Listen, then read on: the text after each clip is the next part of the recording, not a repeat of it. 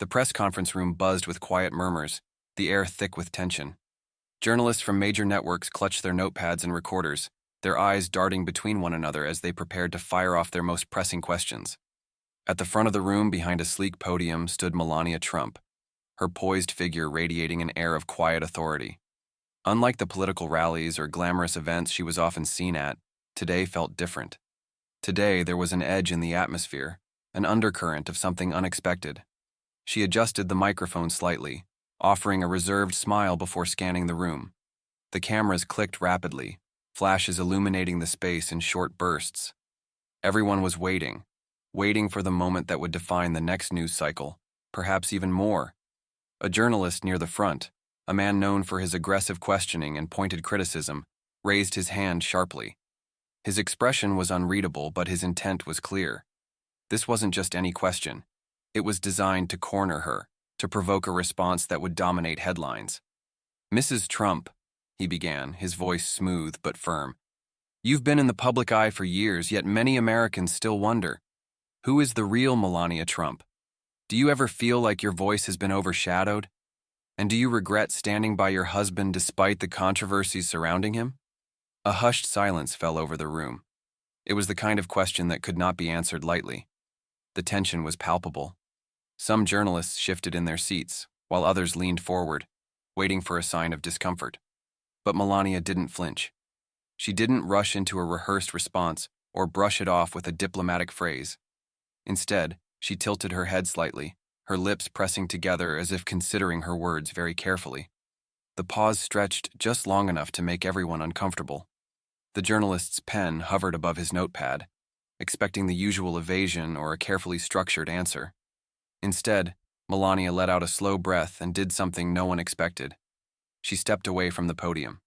The movement was subtle, but deliberate. The cameras adjusted, refocusing as she took one step closer to the audience. The room, filled with seasoned reporters accustomed to political dodging, suddenly felt different. Melania met the journalist's gaze directly, her expression unreadable yet intense. When she finally spoke, her voice was calm, but carried a weight that made every single person in the room lean in. "You ask if my voice has been overshadowed," she said, her accent soft yet unwavering. "Perhaps you should ask yourself, who decides which voices are heard?" The words hung in the air, lingering like a quiet storm about to break. For the first time in years, the journalist hesitated. And in that moment, everyone knew. This was no ordinary press conference. The silence in the room stretched, thick and expectant. The journalist, a man used to quick retorts and polished responses, found himself uncharacteristically still. Melania Trump had turned the question around, shifting the focus not on herself, but on the very people who dictated public perception. The tension wasn't just in her words, it was in the way she stood, unapologetic and unwavering. For years, Melania had been a symbol, rather than a person in the eyes of the public. To some, she was the glamorous former First Lady, always dressed impeccably, speaking in carefully chosen words. To others, she was an enigma, a woman who rarely showed the raw emotion or outspokenness that many expected from those in the political sphere. She had been mocked, scrutinized, misinterpreted, and even reduced to just a headline in countless articles. But what people rarely saw was the woman beneath the surface. Born in Slovenia, Melania had come from humble beginnings. She wasn't raised in privilege or fame.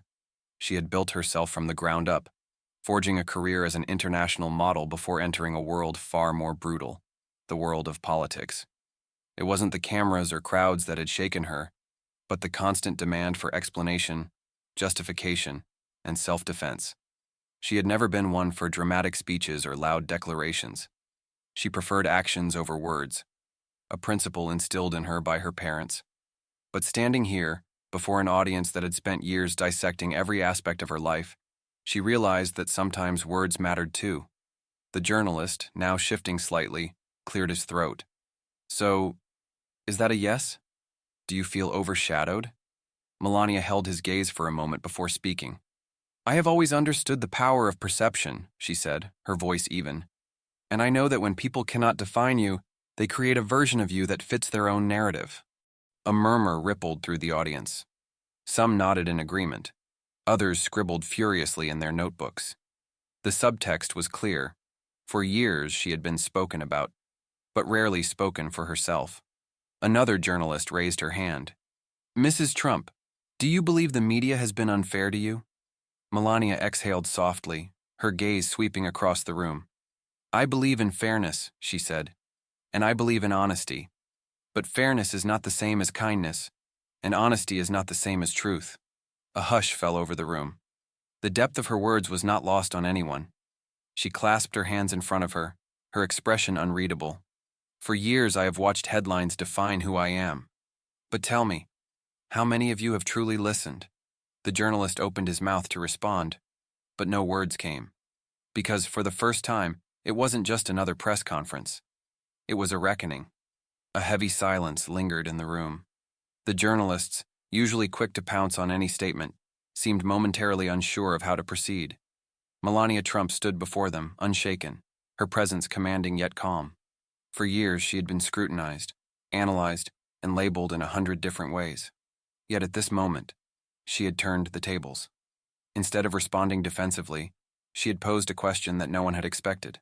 The journalist who had first challenged her shifted in his seat, adjusting the glasses that had begun to slide down his nose. He finally spoke again, his voice a touch less confident than before. "Mrs. Trump, you're saying the media has misrepresented you. But surely as a public figure, scrutiny is expected. Isn't that just part of the job?" Melania's lips pressed together slightly before she responded. "Scrutiny is one thing. Twisting words is another." A few journalists exchanged glances. She wasn't just addressing one person now. She was speaking to all of them. "I have accepted criticism," she continued. "But when the same people who claim to fight for fairness use my silence as a weapon, I must ask, who benefits from that?" The words hit hard. The tension was no longer just a quiet undercurrent. It was something tangible, something that made even the most seasoned reporters hesitate. A woman from the back, her press badge gleaming under the fluorescent lights, leaned forward. "Can you give an example?" Melania nodded slightly. "When I launched the Be Best initiative, I was mocked.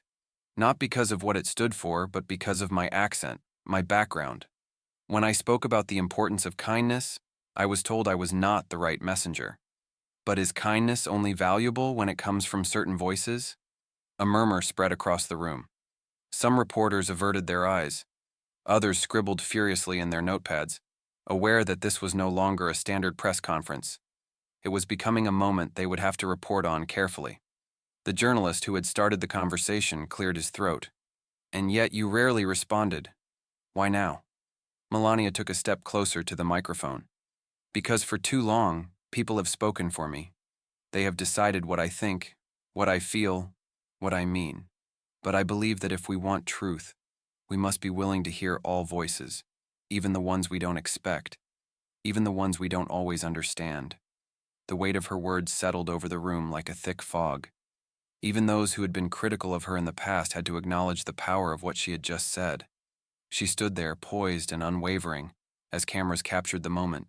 For the first time, she wasn't just being heard, she was being understood. A ripple of discomfort passed through the room. Some journalists sat back in their chairs, their pens momentarily still. Others tapped on their laptops, trying to keep up with the unexpected turn the press conference had taken.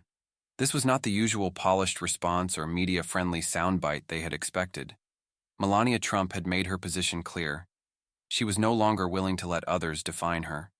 And yet the weight of the moment wasn't just about her. It was about truth, perception, and the unseen battles of public figures. The journalist who had initiated the discussion hesitated before speaking again.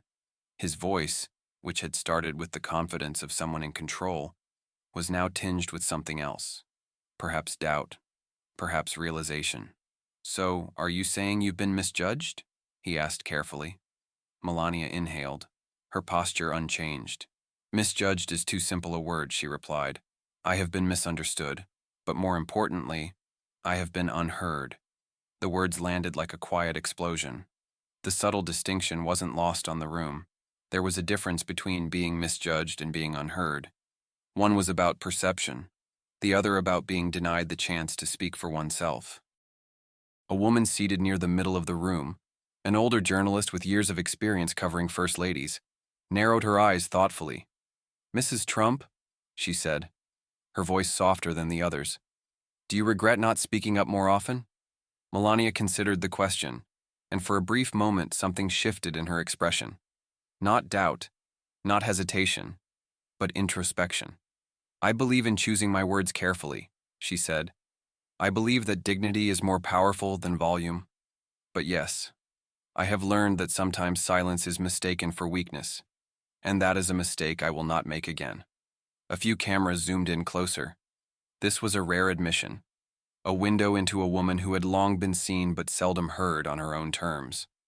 Another journalist interjected, his voice carrying a mix of curiosity and challenge. "Do you think your husband overshadowed you?" Melania's expression remained unreadable, but there was something in her eyes, a quiet fire. "My husband is strong," she said simply. "But strength does not mean silence, and my voice, whether people choose to hear it or not, has always been my own." A slow murmur spread through the press room. There was a genuine shift in the energy now. The usual adversarial edge between media and subject had softened into something different, something more human, more real. She looked out at the room, scanning the faces that had written about her for years. "Tell me," she said, her voice even, "how often have you truly listened?" The room fell completely silent, because for the first time they realized they had never really asked themselves that question before. The room remained eerily still. Melania Trump had posed a question that no one had expected, and for the first time in years, the journalists, so used to controlling the narrative, were left without an immediate response. The weight of her words hung in the air like an unspoken challenge. A journalist, younger than most in the room, cleared his throat. His voice was softer than the others, as if he were processing the moment in real time. "Mrs. Trump," he began cautiously, "do you believe the media has intentionally silenced you?" Melania studied him for a moment before answering. "I believe the media tells the stories they believe will get the most attention," she said evenly. "And sometimes the truth is not the most profitable story." A hushed murmur spread through the crowd. The tension had now shifted from a confrontation to introspection. These journalists weren't just writing about a public figure anymore. They were now part of the conversation in a way they hadn't expected. She stepped away from the podium again, closing the physical distance between herself and the audience. It was subtle but intentional. She wasn't just answering questions anymore. She was connecting. "For years I have been described in many ways," she continued, her voice strong but measured. "Silent, uninterested, cold. But none of you have ever asked what it is like to have your words rewritten before they are even spoken. To be judged not by your actions, but by the assumptions of others." Some journalists looked down at their notebooks, while others continued to scribble. But this was no longer just about writing a story, it was about reevaluating the way they had written her story all along. A seasoned journalist in the front row, one who had covered the White House for decades, finally spoke. "If you could say one thing to those who have misunderstood you, what would it be?" Melania's lips pressed together for a brief moment before she spoke. "I would tell them that silence is not emptiness, that dignity is not weakness, and that just because someone does not shout does not mean they have nothing to say." The words landed with a quiet force. It was a statement, but it was also a lesson, one that was cutting through years of assumptions, biases, and preconceived notions. The journalist nodded slowly. He understood what she was saying. They all did. One final question came from the back of the room. "And what about now? Will you speak more?" Melania lifted her chin slightly, a small but knowing smile crossing her lips. "I am speaking now," she said simply. "The question is, are you listening?" For the first time in the history of press conferences, the journalists did not rush to speak over one another, because for the first time, they truly were. The weight of Melania's final words settled over the room like an unspoken truth. The journalists, so used to immediate reactions, debates, and rebuttals, found themselves in an unusual predicament: silence. But this time, it wasn't the kind of silence that came from disinterest or hesitation. It was the kind of silence that came when people were truly listening. Slowly, the sound of fingers tapping on keyboards returned, not with the usual frantic urgency, but with a more deliberate, thoughtful rhythm. Reporters weren't just summarizing a press conference anymore. They were documenting a moment that had shifted something within them. The journalist who had asked the first question adjusted his tie, his previous confidence now replaced with a more measured demeanor. "Mrs. Trump," he said, his voice softer than before, "I think I owe you something." Melania raised an eyebrow slightly, waiting. He exhaled. "An apology." A murmur spread through the crowd, some journalists exchanging surprised glances. Apologies were not common in press conferences. Admissions of misjudgment were even rarer. He cleared his throat. "I came here today expecting to challenge you, to find a soundbite, to write a story that fit the version of you the world thinks they know. But I think maybe we never really tried to understand you at all." Melania's expression remained composed, but there was something in her eyes. Not triumph, not vindication, but a quiet understanding. "I do not need apologies," she said. "I only ask for fairness and for truth." The journalist nodded, as if something within him had shifted. He wasn't the only one. Across the room, reporters who had covered Melania for years were beginning to see not just the First Lady, not just a public figure, but a person who had been standing in front of them all along, waiting for them to listen. The press conference ended, but the impact had only just begun. Within hours, news outlets scrambled to write their headlines, but they weren't the usual sensationalized takes. Instead, they read, "Melania Trump stuns journalists with powerful words on silence and misunderstanding." Not just a first lady, Melania Trump finally speaks on her own terms. A rare moment of reflection, how a press conference became a conversation about truth. The video clip spread across social media, but unlike previous times, the responses weren't laced with mockery or speculation. Instead, there was a rare wave of respect, curiosity, and even admiration. Some called it her most powerful moment yet. Others admitted that they had never thought of her this way before. And Melania? She returned home, stepping away from the flashing cameras, the journalists, and the headlines. She didn't need to read the articles or watch the news coverage. She already knew the truth. For the first time, she had spoken. And for the first time, the world had truly listened. If this story made you think differently, take a moment to reflect on how often we judge others before truly listening to them. In a world full of noise, sometimes the most powerful voices are the ones we least expect. Share this story with someone who needs a reminder that silence is not weakness, and dignity is not emptiness. Let's start conversations that matter. Subscribe to our channel for more stories that inspire, challenge, and bring us closer to understanding one another. What do you think about Melania's response? Leave a comment below. We'd love to hear your thoughts.